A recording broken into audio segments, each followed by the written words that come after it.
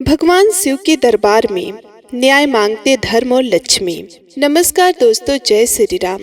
स्वागत है आप सभी का हमारे YouTube चैनल में। दोस्तों, आज जो कहानी मैं आप लोगों के समक्ष लेकर आई हूँ, ये कहानी बड़ी ही ज्ञानवर्धक और बड़ी ही प्रेरणादायक है। आज की जो कहानी है, ये कहानी माता लक्ष्मी और धर्म की कहानी है। किस प्रकार से माता लक्ष्मी और धर्म भगवान शिव के दरबार में न्याय मांगने के लिए जाते हैं। इसलिए आप सभी माताएं, बहनों और भाइयों, आप सभी लोगों से निवेदन है, यदि आप लोग हमारी कहानी को सुन रहे हैं तो पूरा मन लगाकर जरूर सुनिएगा और हमारे साथ वीडियो में अंत तक बने रहिएगा। चलिए, आपका ज्यादा समय ना लेते हुए बढ़ते हैं सीधी कहानी की तरफ।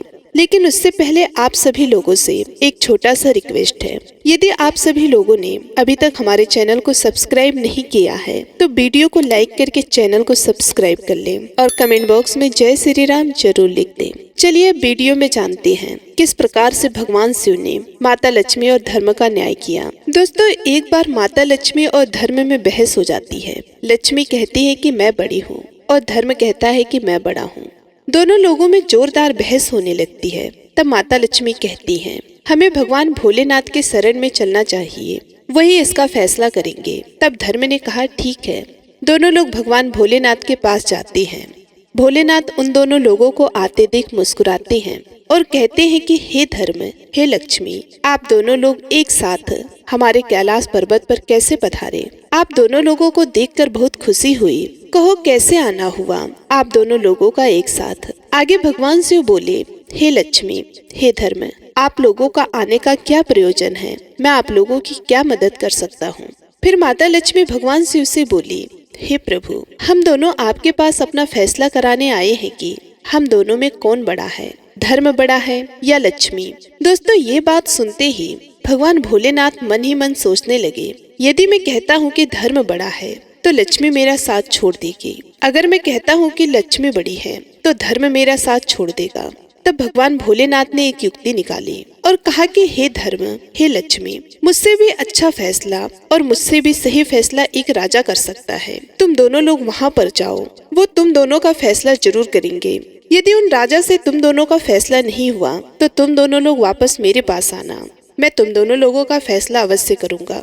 दोस्तों, भगवान भोलेनाथ की बात सुनकर तब माता लक्ष्मी कहती है कि हे प्रभु, वे कौन व्यक्ति है। तब भोलेनाथ ने कहा, पृथ्वी लोक पर एक ही राजा है जिनका नाम है विक्रमादित्य। आप उनके पास जाइए। वे राजा बहुत ही धर्मपरायण और बहुत ही दयालु और बहुत ही उपकारी राजा हैं। वे आपके इस फैसले का निर्णय जरूर करेंगे, आप दोनों में से कौन बड़ा है। दोस्तों, यह बात सुनते ही माता लक्ष्मी कहती हैं, ठीक है प्रभु, हम उन्हीं के पास जाते हैं। अब धर्म और लक्ष्मी महाराज विक्रमादित्य के पास पहुंच जाते हैं।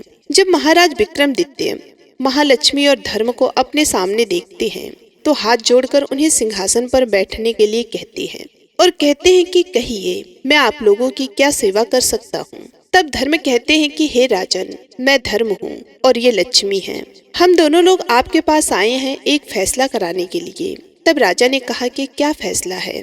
तब धर्म ने कहा कि हे राजा, आप इसका फैसला कीजिए कि मैं बड़ा हूँ या लक्ष्मी, क्योंकि अगर धर्म ना रहे तो आदमी का जीवन व्यर्थ है, जीने का कोई महत्व नहीं है। बिना धर्म के मनुष्य के समाज में, मनुष्यों के जीवन में पूरी तरह से खालीपन आ जाता है। अगर धर्म ना रहे तो मनुष्यों का जीवन बेकार है। तब माता लक्ष्मी कहती है कि हे राजन, अगर धर्म के बिना ये सारी चीजें बेकार हैं तो हमारी बात सुन लो। अगर लक्ष्मी ना रहे, यदि मनुष्यों के पास धन ना रहे तो मनुष्यों का जीवन नरक हो जाता है। उसे दर दर की ठोकरें खाने पड़ती हैं, उसे गरीबी में जीवन यापन करना पड़ता है, वो दरिद्र हो जाता है। बिगर लक्ष्मी के उसे तुच्छ प्राणियों में गिना जाता है। तब राजा विक्रमादित्य ने उन दोनों लोगों की बातों को सुना और फिर उन्होंने कहा कि ठीक है, मैं आप दोनों लोगों की बातों को ध्यान से सुना हूँ और समझा भी हूँ। इसलिए तब राजा विक्रमादित्य ने सोचा कि अगर मैं महालक्ष्मी को मना करता हूँ, कहता हूँ कि नहीं मुझे धर्म बड़ा है, तब महालक्ष्मी मेरा साथ छोड़ देंगी और मुझसे रुष्ट हो जाएंगी। अगर मैं ये कहता हूँ कि लक्ष्मी बड़ी है, तब धर्म मेरा साथ छोड़ देगा, जो कि मेरे लिए अत्यंत प्रिय है। मेरा धर्म ही मेरे लिए सब कुछ है। तब अंत में आकर महाराज विक्रमादित्य ने अपने फैसले को सुनाया और कहा कि आप दोनों ध्यान से सुनिए, मेरे लिए धर्म बहुत ही महत्वपूर्ण है।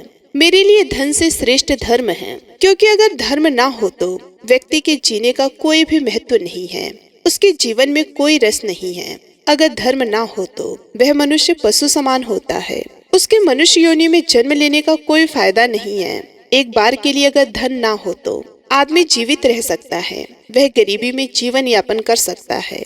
धन ना रहे भी तो मनुष्य रूखी सूखी जो कुछ भी है उसको खाकर रह सकता है, अपना जीवन गुजारा कर सकता है। लेकिन अगर धर्म ना हो तो व्यक्ति के जीने का कोई महत्व नहीं है। इसलिए मैं धर्म को चाहता हूँ, मेरे लिए धर्म ही बहुत बड़ा है।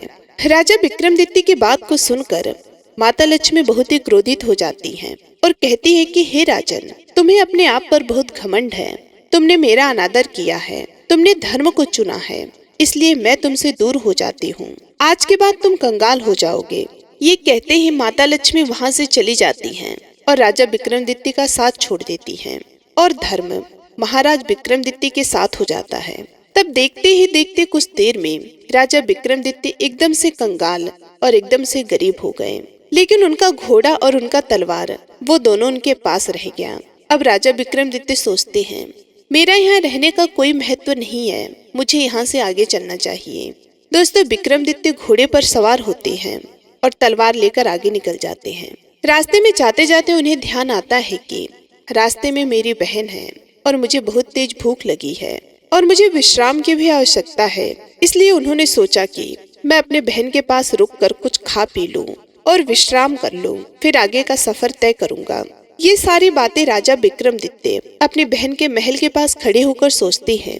तभी उसी समय महल के पहरेदार और सैनिक विक्रमादित्य के बहन के पास जाते हैं और कहते हैं कि हे महारानी, आपका भाई आपसे मिलने आया है। तब विक्रमादित्य की बहन ने उनसे पूछा कि कहो मेरा भाई किस हालत में आया है। उन सैनिकों ने कहा कि हे महारानी, आपका भाई घोड़े पर सवार है और फटे हालात में आ रहा है, उसके कपड़े गंदे और मैले हैं और फटे हुए हैं। यह बात सुनते ही राजा विक्रमादित्य की बहन ने कहा, तुम उसे घोड़े के अस्तबल में रुकने को कहना, वहीं पर उसके बैठने और विश्राम करने की व्यवस्था कर दो, मैं कुछ देर बाद आती हूँ। दोस्तों, जब राजा विक्रमादित्य अपनी बहन के महल के अंदर पहुंचते हैं तब दरबारी और सैनिकों ने उन्हें अस्तबल में ठहराया, जहां पर घोड़े बांधे जाते हैं, जहां पर घोड़े रहने की व्यवस्था होती है। महाराज विक्रमादित्य ये सब देखते हुए भी कुछ नहीं बोलते हैं और चुपचाप बैठते हैं और अपनी बहन के आने का इंतजार करते हैं। जब उनकी बहन उनके पास आती है तो उन्हें खाने के लिए एक सूखी रोटी लेकर आती है। ये देखते ही महाराज विक्रमादित्य की आंखों में आंसू आ जाते हैं, लेकिन तो भी वो कुछ नहीं कहते हैं और कहते हैं कि बहन, तुम रोटी तो ले आई हो लेकिन पानी तो नहीं लाई, मुझे बहुत प्यास लगी है। दोस्तों, विक्रमादित्य की बहन पानी लाने के लिए जाती है और वो राजा उस रोटी को जमीन के अंदर एक गड्ढा खोद के उसमें गाड़ देते हैं और कहते हैं कि हे धरती माँ, इसे सही सलामत इसी प्रकार रखिएगा, मैं फिर से एक बार आऊंगा और आपसे इस रोटी की मांग करूंगा तो आप मुझे दे दीजिए। दोस्तों, धरती माँ उस रोटी को अपने अंदर समाहित कर लेती हैं। फिर क्या था, राजा विक्रमादित्य किसी से भी बिना बताए चुपचाप वहां से निकल जाते हैं और आगे का सफर तय करते हैं। रास्ते में चलते चलते उनके मित्र का घर आता है तो वे सोचते हैं कि यह मेरा बहुत ही प्रिय और बहुत ही घनिष्ठ मित्र है, मैं इसके पास जाता हूँ, इसके पास कुछ भोजन करके विश्राम कर लूंगा। यही सोच करके राजा विक्रमादित्य अपने दोस्त के महल की तरफ आगे बढ़ते हैं। विक्रमादित्य के मित्र ने देखा कि मेरा मित्र आया है तो उसने विक्रमादित्य का खूब स्वागत किया और उससे भोजन करने के लिए कहा। जिस स्थान पर राजा विक्रमादित्य भोजन करने के लिए बैठते हैं उन्हीं के पीछे एक खूंटी थी। खूंटी पर ही एक नौलखा हार टंगा हुआ था। जैसे ही राजा विक्रमादित्य एक निवाला अपने मुंह में डालते हैं, वह जो खूंटी होती है अपने अंदर उस हार को समाहित करने लगती है, उसको निगलने लगती है। यह बात देखते ही राजा विक्रमादित्य समझ जाते हैं कि यह जो हो रहा है ये सब माँ लक्ष्मी की वजह से हो रहा है, क्योंकि वह मुझसे रुष्ट हैं और मुझसे बहुत क्रोधित भी हैं, वही ये सब कर रही हैं। इस तरह करते करते जब वह पूरा भोजन खत्म करने लगते हैं तब वह खूंटी पूरी तरह से उस हार को अपने अंदर निगल जाती है। जब उसके दोस्त की पत्नी यह सब देखती है कि उसका नौलखा हार खूंटी से गायब है, तब वह विक्रमादित्य को चोरी लगाने लगती है। चोरी का इल्जाम उन पर लगाती है और कहती है कि आपने ही मेरे हार को चुराया है, आप कंगाल हो गए हैं, इसलिए आपके मन में चोरी का भाव आ गया, इसलिए आपने मेरे हार को चुरा लिया है। लेकिन उसके दोस्त ने कहा कि नहीं नहीं, मेरा मित्र कभी चोरी नहीं कर सकता है, क्योंकि मैं इसे बचपन से जानता हूँ, ये कभी चोरी कर ही नहीं सकता। उसके मित्र के लाख समझाने के बाद भी उसकी पत्नी नहीं मानती है और राजा विक्रमादित्य को अपने घर से बाहर निकाल देती है। दोस्तों, इतना सब कुछ होने के बावजूद भी राजा विक्रमादित्य कुछ नहीं कहते हैं और शांत होकर घर से बाहर निकल जाते हैं और आगे का सफर फिर से तय करने लगते हैं। अब चलते चलते उन्हें रात हो जाती है और वो सोचते हैं कि रात में सफर करना ठीक नहीं है, हम सुबह में सफर करेंगे। यह सोचकर राजा अपने घोड़े को खड़ा करते हैं और अपने तलवार को लेकर एक पेड़ के नीचे बैठ जाते हैं। कुछ ही देर बाद उन्हें नींद आ जाती है और इधर उसी स्थान पर दो चोर कुछ चोरी का सामान लेकर के आते हैं और पीछे से राजा के सैनिक भी उनके पीछे पीछे आ रहे थे, क्योंकि उन चोरों ने राजा के ही राजमहल में चोरी किया था। यह सब देखते हुए दोनों चोर डर जाते हैं, सोचते हैं कि सैनिक अब हमारे करीब आ गए हैं, हमें पकड़ लेंगे। तब उन चोरों ने उस चोरी किए हुए धन को महाराज विक्रमादित्य के पास ही छोड़कर वहां से भाग जाते हैं। जब सैनिक राजा विक्रमादित्य के पास आते हैं तो देखते हैं कि इतना सारा धन पड़ा हुआ है, तो वे सोचते हैं कि यही चोर है और विक्रमादित्य को गिरफ्तार कर लेते हैं। उन्हें कैद करके राजा के पास ले जाते हैं। राजा यह सब चीजें देखकर बहुत ही क्रोधित होता है। राजा इस बात से गुस्सा होकर राजा ने आदेश दिया कि इस व्यक्ति का हाथ और पैर काट दिया जाए, इसे अपंग बना दिया जाए। दोस्तों, इतना सुनने के बाद भी विक्रमादित्य अपनी सफाई में कुछ नहीं कहते हैं, मौन रहते हैं और इधर राजा के सैनिकों द्वारा विक्रमादित्य का हाथ और पैर काट दिया जाता है। राजा ने फिर आदेश दिया कि इसे नगर के ही चौराहे पर बिठा दिया जाए ताकि लोग इसे देखें और इससे सबक ले कि हमारे राज्य में चोरी करने का क्या परिणाम होता है। और इधर नगर में ढिढोरा भी पिटवा दिया कि आते जाते जो भी लोग इस चोर को देखेंगे उसके ऊपर थूक कर जाएंगे। दोस्तों, अब राजा के सैनिक विक्रमादित्य को उठाकर नगर के ही चौराहे पर बिठा देते हैं। अब हर रोज उस चौराहे के पास से जो भी लोग गुजरते हैं वो विक्रमादित्य को देखकर उन्हें थूकते हैं और उन्हें गालियां देते हैं और कहते हैं कि यह तो चोर है, चोरी करेगा तो ऐसा ही फल पाएगा। ये कहते हुए लोग वहाँ से गुजर जाते हैं और चले जाते हैं। लेकिन एक दिन की बात है, एक दिन इसी रास्ते से एक ग्वाला मटके लिए हुए जा रहा था। वह ग्वाला बहुत ही दयालु था। विक्रमादित्य ने जब उस व्यक्ति को देखा तो समझ जाते हैं कि यह व्यक्ति स्वभाव का बहुत ही अच्छा है। तो उसने उस व्यक्ति से कहा कि हे राहगीर, आपके पास अगर पानी हो तो मुझे पिला दीजिए, मुझे बहुत ही प्यास लगी है। दोस्तों, उस ग्वाले ने बिना सोचे समझे अपने मटके से पानी निकालकर विक्रमादित्य को पिलाता है और कहता है कि तुमने चोरी क्यों किया? अगर चोरी नहीं किया होता तो ऐसी सजा नहीं मिलती। तुमने चोरी भी की है और राजा के दोषी हो, लेकिन फिर भी मैं तुम्हें पानी पिला रहा हूँ। इतना कह करके वह ग्वाला वहाँ से चला जाता है। जब वह ग्वाला दूसरे नगर में अपने घी को बेचता है तभी एक आश्चर्यजनक घटना घटित होती है। वह देखता है कि उसका घी खत्म ही नहीं हो रहा है। यह देखकर वह बहुत ही हैरान होता है कि मैं इतना सारा घी बेच रहा हूँ, फिर भी मेरे मटके से घी खत्म नहीं हो रहा है। ये देखते हुए वह सोचने लगता है यह क्या बात है। पूरे दिन कमाई करने के बाद में उसके पास अच्छी खासी रकम हो जाती है और वह अपने घर आता है और अपनी पत्नी से कहता है कि आज बहुत ही विचित्र बात हुई। मैंने राजा के द्वारा सजा दिए गए इंसान की मदद की और उसे पानी पिलाया, तो आज मेरे साथ एक चमत्कार हुआ। मैं जितना भी घी बेच रहा था उतना ही ज्यादा बढ़ रहा था।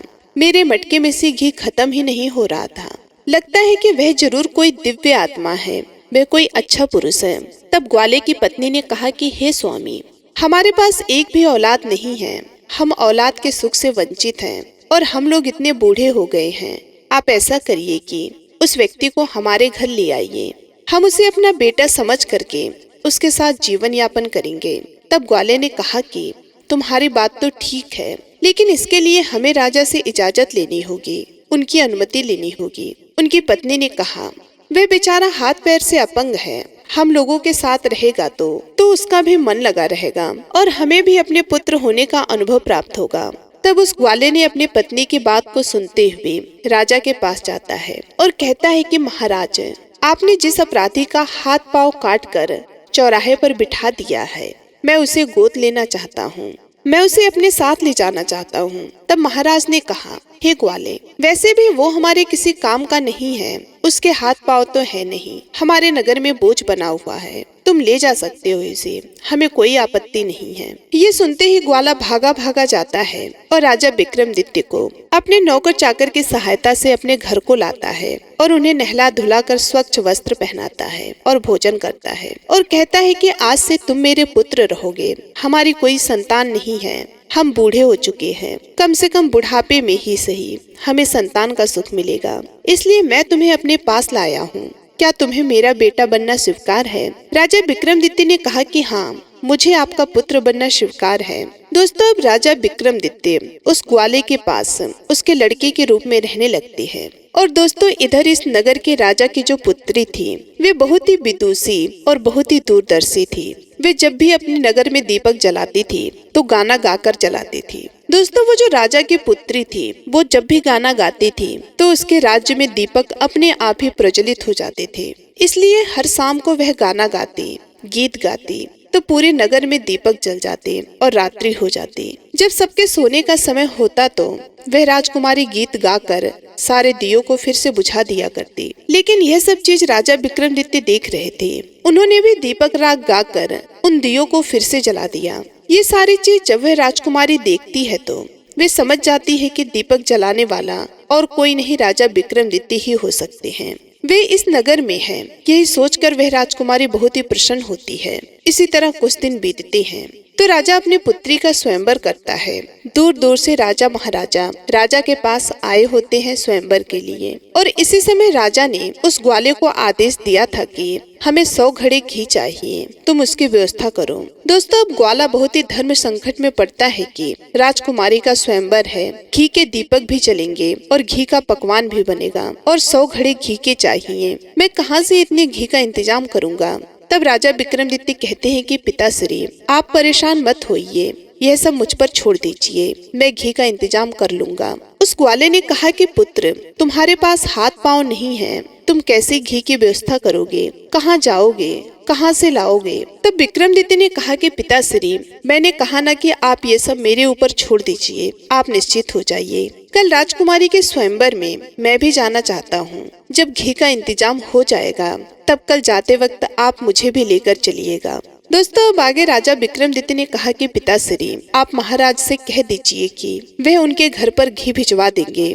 पिताश्री, आप महाराज से कहिए कि वे 100 घड़े का इंतजाम कर लेंगे और 100 घड़े घी की व्यवस्था हो जाएगी। दोस्तों, इधर जब सुबह होती है तो राजा के महल से उसके नौकर 100 घड़े लेकर आते हैं और विक्रमादित्य को दे देते हैं। जब रात्रि का समय होता है तो विक्रमादित्य अपने तपोबल और शक्ति से उन घड़ों में घी भर देते हैं। जब सुबह होता है तो ग्वाला देखता है कि इतना सारा घी, तो वह बहुत प्रसन्न होता है। तब वे जान जाता है कि यह मेरा पुत्र बहुत ही दिव्य है। ग्वाले ने खुशी खुशी से उस घड़े को राजा के पास भिजवा दिया। अब वे राजकुमारी के स्वयंवर में जाने के लिए तैयार होने लगते हैं और अपने पुत्र को भी तैयार करते हैं। राजा विक्रमादित्य को नहलाते हैं, धुलाते हैं और स्वच्छ और सुंदर वस्त्र पहनाते हैं और अपने साथ अपने नौकर चाकर की सहायता से विक्रमादित्य को अपने साथ लेकर चले जाते हैं। उस राज्य दरबार में दूर दूर से राजकुमार राजा महाराजा आए हुए थे। सब सिंहासन पर आसन लगाकर बैठे हुए थे, लेकिन जो राजा विक्रमादित्य थे किसी एक कोने में बैठे हुए थे।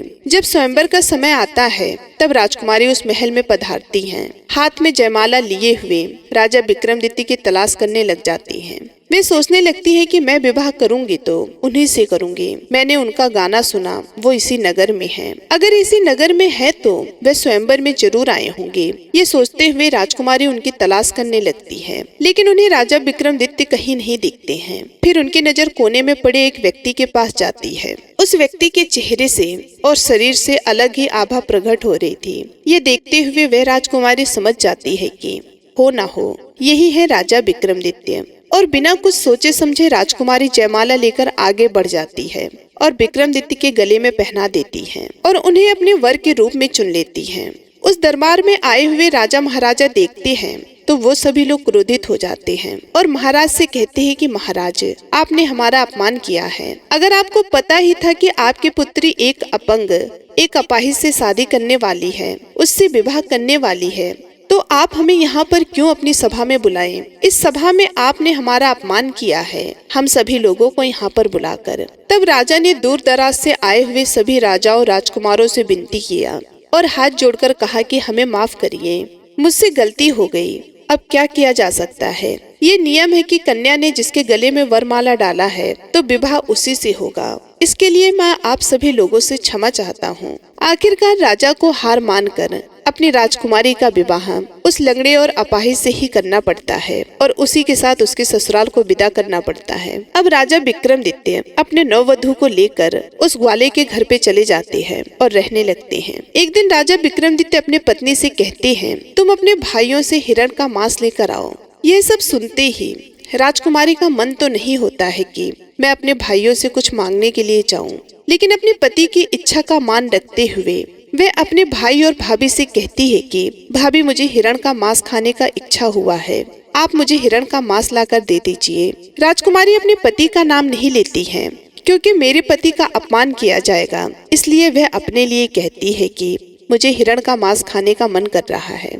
यह बात सुनते ही राजकुमारी की भाभियां उसकी खिल्ली उड़ाने लगती हैं। कहती हैं कि चलो चलो, अगर ऐसी ही बात है तो तुमने अपाहिज व्यक्ति को क्यों चुना, क्यों उससे शादी की? तुम्हें किसी अच्छे पुरुष से शादी करना चाहिए था, वह तुम्हें हिरण का मांस लाकर खिला देता। यह बात सुनते ही वह राजकुमारी वापस चली आई और अपने पति से कहती है कि स्वामी, मैं अपने घर गई थी तो ऐसी ऐसी बातें मुझे सुननी पड़ी। तब राजा विक्रमादित्य ने कहा कि ठीक है, कोई बात नहीं, तुम वापस अपने भाभियों के पास जाओ और अपने भाभियों से कहो कि मेरे पति का घोड़ा और तलवार यहाँ पर छूट गया है, वो मुझे दे दीजिए और ये रुमाल अपने साथ में लेकर जाओ, क्योंकि वो जो घोड़ा और तलवार है वो सिर्फ मुझे ही पहचानते हैं और यदि तुम उनको लोगी तो वो तुम्हारे ऊपर हमला कर देंगे। इसलिए जब उस घोड़े और तलवार को तुम लेना तो ये रुमाल उनको दिखा देना, वे शांत हो जाएंगे और तुम्हारे साथ चले आएंगे। अब राजकुमारी उस रुमाल को लेकर राजा विक्रमादित्य के कहे अनुसार अपने भाभियों के पास चली जाती है और अपने भाभी से कहती है कि भाभी, आप मेरे पति का तलवार और घोड़ा मुझे दे दीजिए। तब उस राजकुमारी की भाभियां सोचती हैं कि वैसे भी उस तलवार और घोड़े ने आतंक मचाया हुआ है, जीना मुश्किल कर रखा है, इससे अच्छा है कि इस राजकुमारी को ही दे दे, ये कट मर जाएगी।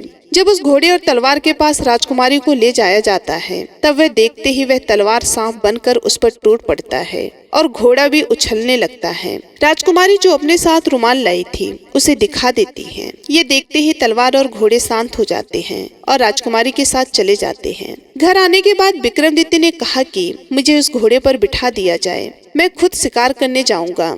राजा विक्रमादित्य की बात सुनकर राजकुमारी कहती है कि तुम कैसी बातें कर रहे हो, तुम्हारे हाथ पांव नहीं हैं और तुम इस घोड़े पर कैसे जाओगे, कैसे शिकार करोगे? तब विक्रमादित्य ने कहा कि पिताश्री, आप कृपया करें, अन्य लोगों की सहायता से मुझे इस घोड़े पर सवार कराइए। अपने बेटे की जिद के आगे उस ग्वाले को झुकना पड़ा। उसने अपने नौकर चाकर से कहकर और स्वयं राजा विक्रमादित्य को उठाकर उस घोड़े पर बिठाया। जब वे सर ऊपर करके देखते हैं तो राजा विक्रमादित्य का हाथ पैर सही सलामत है। उनके हाथ पैर आ चुके थे, वे फिर से स्वस्थ हो चुके थे। ये चमत्कार देखते ही उनकी आंखों पर विश्वास नहीं होता है। जैसे ही राजकुमारी अपने पति से पूछने को बढ़ती है कि महाराज ये कैसे हुआ, ये क्या चमत्कार है, उससे पहले ही राजा विक्रमादित्य ने कहा, मैं पहले शिकार करके आता हूँ, उसके बाद बताऊंगा ये कैसे हुआ। राजा विक्रमादित्य शिकार करने के लिए एक जंगल में चले जाते हैं और वहाँ पर जाकर वो एक हिरण का शिकार करते हैं और उस हिरण के शिकार को वहीं पर रख देते हैं और वापस चले जाते हैं। और इस जंगल में उसी दिन राजकुमारी के भाई भी शिकार करने के लिए गए थे। जब वे देखते हैं कि किया कराया शिकार पड़ा है, ताजा ताजा शिकार है, तो उनका मन मसल जाता है। वे बहुत प्रसन्न होते हैं और वे उस शिकार को उठा लेते हैं और आगे बढ़ जाते हैं। और इधर राजा विक्रमादित्य शिकार करके अपने घर वापस आ जाते हैं और अपनी पत्नी को बताते हैं कि मेरे हाथ पैर कैसे वापस आ गए और मैं कैसे ठीक हो गया। उन्होंने कहा कि मेरा घोड़ा और मेरा तलवार मेरा धर्म है, इन्हीं की वजह से मेरा हाथ पैर सही सलामत हो गया और मेरा नाम है विक्रमादित्य। दोस्तों, यह बात सुनते ही वह ग्वाला विक्रमादित्य के पैरों में गिर पड़ा और कहने लगा कि मुझे माफ कर दो, मुझसे जो भी गलती हुई मुझे माफ कर दीजिए। तब राजा विक्रमादित्य ने उस ग्वाले से कहा कि पिताश्री, आप तो मेरे पिता हैं, आप मुझसे माफी मत मांगिए। ये सब तो लक्ष्मी के रूठने की वजह से मुझे ये सब झेलना पड़ रहा है, आप उसकी चिंता मत करिए। अभी मेरी परीक्षा चल रही है, आप अपने आप को शांत करिए। दोस्तों उसके बाद राजा विक्रमादित्य अपनी पत्नी से कहा कि तुम एक बार फिर से अपने भाइयों के पास जाओ और कहो कि मेरे भाइयों द्वारा जो शिकार करके लाया गया है मुझे उसे देखना है, और जब आपकी भाभियां उस शिकार को दिखाएं तो इस थैली में जो मैं चीज तुम्हें दे रहा हूँ उसे वहाँ पर पलट देना और मेरे बारे में बताना। ये कहते ही वह राजकुमारी अपने भाभी के पास चली जाती है और कहती है कि भाभी, आज भैया जो शिकार करके लाए हैं मैं उसे देखना चाहती हूँ। तो उनकी भाभियाँ कहती हैं, इसमें क्या बड़ी बात है, तेरा पति तो शिकार नहीं कर सकता है, तो मेरे पति द्वारा किया गया शिकार देखकर ललचा लो। अब उस राजकुमारी की भाभियाँ उस हिरन के शिकार को राजकुमारी को लाकर दिखा देती हैं। राजकुमारी ने कहा कि भाभी, यह शिकार तो मेरा है, लेकिन इसके पूंछ और कान कहाँ हैं? ये सुनते ही राजकुमारी ने जो अपने साथ थैला लाई हुई थी उसे पलट देती हैं। उस थैली में से कान और पूंछ गिर जाते हैं। तब भाभियाँ पूछती हैं कि ये कहाँ से आया? तो उसने कहा कि यह शिकार मेरे पति द्वारा किया गया है। तब राजकुमारी वह सारी बातें अपने भाभियों को बताती हैं और कहती है कि मेरा पति कोई आम व्यक्ति नहीं है, वह राजा विक्रमादित्य है। ये बात सुनते ही भाभियों के कान खड़े हो जाते हैं और यह बात राजा के पास भी जाती है। राजा दौड़े दौड़े अपने बेटी के पास आते हैं और कहते हैं कि पुत्री, मुझे माफ कर दो, मुझसे गलती हो गई, हम अपने दामाद को राजमहल में बुलाना चाहते हैं। विक्रमादित्य राजा के पास गए। राजा ने उन्हें साक्षात प्रणाम किया और कहा कि महाराज, मुझसे गलती हो गई, आप इतने धर्मात्मा व्यक्ति हैं और मैंने आपका हाथ और पैर कटवा दिया, लेकिन फिर भी मुझे क्षमा कर दीजिए। तब राजा विक्रमादित्य ने कहा, आप लोगों की कोई गलती नहीं है, ये जो कुछ भी हुआ है माँ लक्ष्मी की वजह से हुआ था, उन्हीं के रुष्ट होने की वजह से ये सब हुआ है, इसमें आपका कोई दोष नहीं है। अब फिर क्या था, राजा ने अपने दामाद का बहुत ही सेवा सत्कार किया और अपने बेटी दामाद को अपने साथ ही कुछ दिन अपने महल में रखे। उसके बाद राजा विक्रमादित्य ने कहा, मुझे अपने नगर जाने की इच्छा हो रही है, मैं अपने नगर जाना चाहता हूँ। तब राजा ने खूब सारा धन दौलत देकर, खूब नौकर चाकर देकर अपने बेटी को अपने दामाद के साथ विदा किया। रास्ते में आते समय राजा विक्रमादित्य को अपने मित्र का घर मिलता है और वो अपने मित्र के घर जाते हैं। विक्रमादित्य का मित्र यह देखकर बहुत ही प्रसन्न होता है और सेवा सत्कार करने के बाद विक्रमादित्य के मित्र ने उसे खाने का आग्रह किया। जब खाना लाया जाता है तब विक्रमादित्य जब वो खाना खाते समय पहला निवाला अपने मुंह में डालते हैं तो वह खूंटी धीरे धीरे हार को उगलने लगती है। उसी समय उसके मित्र की पत्नी हाथ जोड़कर बैठ जाती है और कहती है कि हमें माफ करिएगा, हमने सोचा कि आपने हार को चुराया है, यह नौलखा हार तो खूंटी पर ही था, खूंटी ही निकल गई थी, मुझे माफ करिए, मैंने आपको चोर कहा था, आपको घर से निकाल दिया। तब विक्रमादित्य ने कहा, इसमें आपकी कोई गलती नहीं है, ये जो कुछ हुआ है ये सभी के मति भ्रमण के कारण हुआ है, माँ लक्ष्मी मुझसे रुष्ट थी इसलिए ये सब हुआ है। अब राजा विक्रमादित्य अपने मित्र को क्षमा करते हुए राजा विक्रमादित्य वहाँ से विदा लेते हैं। जब वो आगे बढ़ते हैं तो उनके बहन का ससुराल आता है, तब वे अपने बहन के ससुराल जाने की इच्छा जताते हैं। राजा विक्रमादित्य को दूर से ही आते हुए सैनिक देख लेते हैं और उनके बहन के पास जाते हैं, कहते हैं कि आपका भाई आपसे मिलने आ रहा है। तब उनकी बहन कहती है कि मेरा भाई किस हालत में आ रहा है? तब सैनिक कहते हैं कि आपका भाई लौ लश्कर के साथ साज सज्जा के साथ घोड़े पे बैठकर अपनी पत्नी को लेकर आ रहा है। तब उस रानी ने कहा कि मेरे भाई का स्वागत किया जाए, उसे राजमहल में ठहरने का इंतजाम किया जाए। तब राजा विक्रमादित्य अपनी बहन से मिलने के लिए महल में पहुंचते हैं तो उनका खूब आदर सत्कार होता है, उन्हें राजमहल में ठहराया जाता है। और इधर राजा विक्रमादित्य अपनी बहन का हाथ पकड़ते हैं और उन्हें उसी अस्तबल में ले जाते हैं जहाँ घोड़े बांधे जाते हैं और धरती माता से कहते हैं कि हे माँ, मैं आपसे अपनी अमानत लेने आया हूँ, कृपया करके आप मुझे मेरी अमानत दे दीजिए। ये कहते ही धरती माँ फट जाती है। उसमें से राजा विक्रमादित्य उस रोटी को निकालते हैं और उस रोटी को उठाकर राजा विक्रमादित्य कहते हैं कि बहन, तुमने पिछली बार मुझे मेरे यहाँ आने पर यही रोटी खाने को दिया था। तब उसकी बहन फूट फूट कर रोने लगती है और कहती है कि भैया, मुझसे गलती हो गई, मैंने जो आपके साथ व्यवहार किया मुझे उसके लिए क्षमा कर दीजिए। तब राजा विक्रमादित्य ने कहा, मैं तुमसे रुष्ट नहीं हूँ, मैं तुमसे नाराज नहीं हूँ, लेकिन मैं तुम्हें ये बताना चाहता हूँ कि अपनों के साथ कैसा व्यवहार करना चाहिए, अपनों के साथ किसी भी स्थिति में उससे किस तरह से व्यवहार करना चाहिए, यह मैं तुम्हें बता रहा हूँ। लेकिन इसके बजाय मैं तुमसे नाराज नहीं हूँ, बस तुम्हें ये सीख लेना चाहिए कि हमें अपनों से व्यवहार कैसे करना चाहिए। ये सब सुनते ही राजा विक्रमादित्य की बहन बहुत ही ज्यादा लज्जित होती है। तब राजा विक्रमादित्य अपने नगर को चले आते हैं। तो नगर के मुख्य द्वार पर ही माता लक्ष्मी राजा विक्रमादित्य की प्रतीक्षा कर रही थी। और जब राजा विक्रमादित्य अपने महल के पास पहुँचते हैं, जब माता लक्ष्मी को देखते हैं तो वह उन्हें प्रणाम करते हैं। तब माता लक्ष्मी कहती है कि हे विक्रमादित्य, मैंने तुम्हारा खूब परीक्षा लिया, तुम्हें खूब प्रताड़ित किया, लेकिन फिर भी मेरे इस परीक्षा में तुम सफल रहे। मैं मानती हूँ कि धर्म सबसे बड़ा है, मुझसे भी बड़ा धर्म है। अगर धर्म है तो किसी भी चीज की कोई कमी नहीं है। जहाँ धर्म रहेगा वहाँ लक्ष्मी भी रहेंगी। मैं तुम्हें आशीर्वाद देती हूँ कि चिरकाल तक, जब तक तुम पृथ्वी पर रहोगे, तब तक तुम्हें कोई नहीं भूलेगा, तब तक तुम्हें याद किया जाएगा। दोस्तों, यह आशीर्वाद देते ही माता लक्ष्मी वहाँ से अंतर्ध्यान हो जाती हैं और राजा का राजमहल, राजपद सब कुछ वापस आ जाता है और राजा विक्रमादित्य अपने महल में सुख चैन से राज्य करने लगते हैं। तो दोस्तों, आपको ये कहानी कैसी लगी? उम्मीद करती हूँ कि अच्छी लगी होगी। अगर हमारी कहानी आप सभी लोगों को अच्छी लगे तो हमारे चैनल को सब्सक्राइब कर लीजिए और साथ ही कमेंट बॉक्स में जय श्री राम जरूर लिखिएगा। मिलते हैं अगले वीडियो में, तब तक के लिए आप सभी का बहुत बहुत धन्यवाद।